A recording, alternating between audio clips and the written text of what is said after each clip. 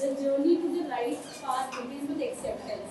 तो मतलब आप लोग सब इधर आए हैं that means you are accepting that we want to move on a path which is the correct path.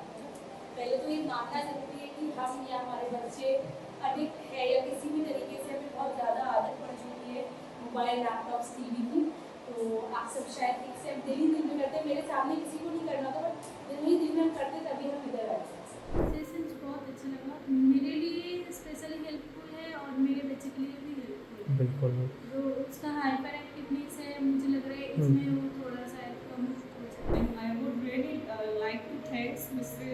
Swati Mahajan because it will give us the valuable tips about the how the child is how we will keep the child away from the screening. So really it's really wonderful seminar to me and thanks a lot to Swati Mahajan. Hi, my name is Manish Singh और she's my wife Asha.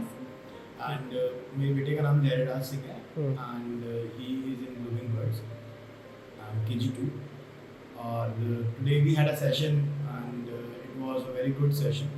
My name is Prisha and she is in nursery class.